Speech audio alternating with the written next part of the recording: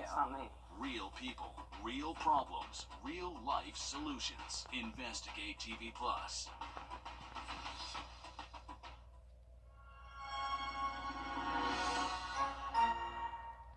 Parker's Kitchen is my new daily coffee stop. Gourmet beans are freshly ground for every cup.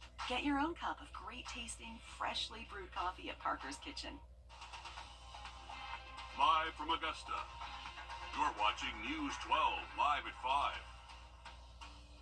Good evening, I'm Meredith Anderson. Tonight, Augusta mourns the loss of one of its leaders.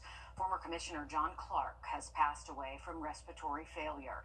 He served as a voice for Augusta for 4 years, from 2018 to 2022. Current and former commissioners, Richmond County deputies, the Marshal's Office, and more, sharing their memories and condolences tonight. Your city government reporter, Sydney Hood, joins us live at 5 from the newsroom. And Sydney, it really is hard to overstate Clark's impact in Augusta.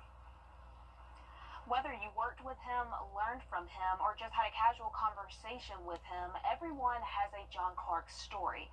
Most of us know Clark as that commissioner who said whatever was on his mind, he was going to make sure you knew what he was thinking. Those closest to him says he cared about Augusta. It showed in his writing and his public service. I'll say this, John Clark was larger than life personality. I want to say that there was never a dull moment, and I worked well with him. I'd say he definitely was an ally on the commission. He and I were able to serve 2 years together. Even after his time on commission, you always saw his familiar face somewhere in the audience. Oftentimes, he had a notepad and was taking notes himself. Coming up on News 12 at 6 o'clock, the lessons he taught those he served with and those who came after him. All right, thank you for that update, Sydney. And on a personal note, he always spoke to us, the good, the bad, the ugly. It was refreshing with someone in public service, and we will miss him. We are learning more about an investigation at Evans High School tonight into an alleged inappropriate relationship between a staff member and former student.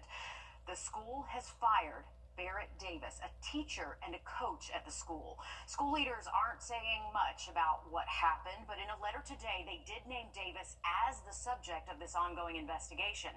They did not name him in a previous letter. They also told parents today Davis is no longer employed by Columbia County Schools.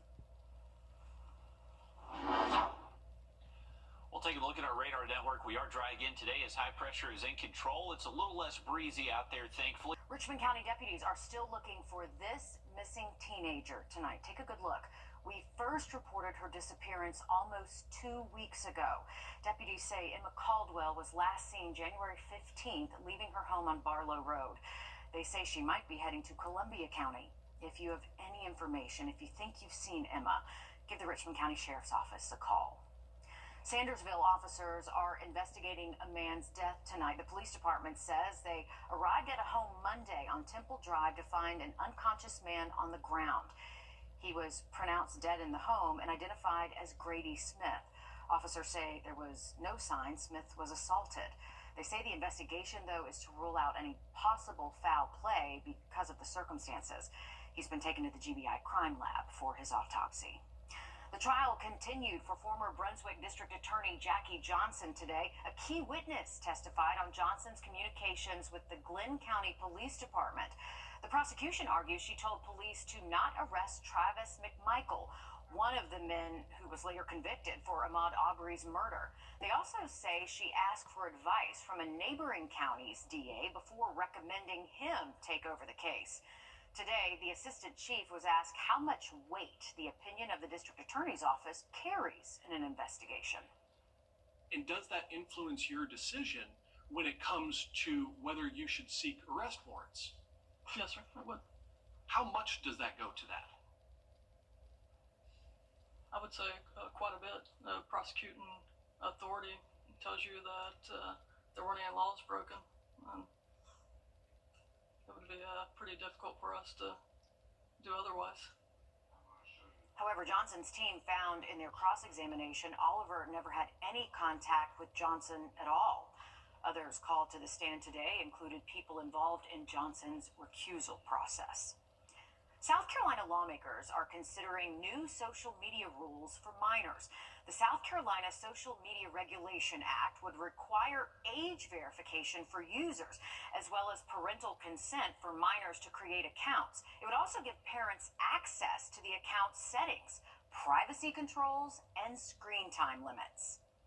We're aware of the fact there's a similar bill has been filed in the Senate.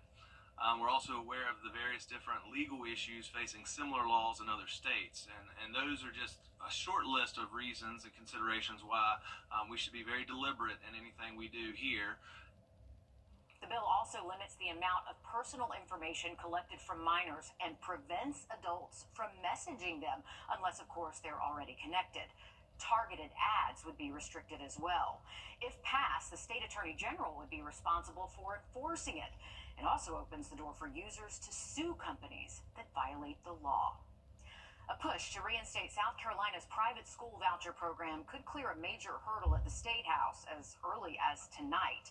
Right now, senators are heading toward the finish line on their debate on a bill that would give certain families state dollars to send their kids to private schools. Republicans are attempting to reinstate it after the South Carolina Supreme Court ruled last year that type of spending is illegal.